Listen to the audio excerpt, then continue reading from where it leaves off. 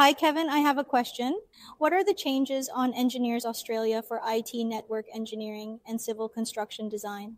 Simula September 1, kung nag-aaral ka ng Advanced Diploma ng Telecommunication Network Engineering at Advanced Diploma ng Civil Construction Design, at kung ang college mo ay hindi akreditado ng Engineers Australia, kahit na natapos mo ang pag-aaral sa Australia, kailangan mong gumawa ng CDR report kapag nag-apply ka ng skill assessment.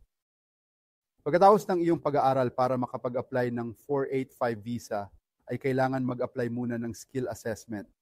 Dito ay kakailanganin mong gumawa ng CDR report. Ang magandang balita ay hindi mo na kailangan ng IELTS o PTE score dahil nakapagtapos ka ng pag-aaral dito sa Australia. Kaya kung may pagkakataon kang mag-apply bago ang September 1, mas maiging mag-apply agad para hindi mo nakakailanganin gumawa ng CDR report.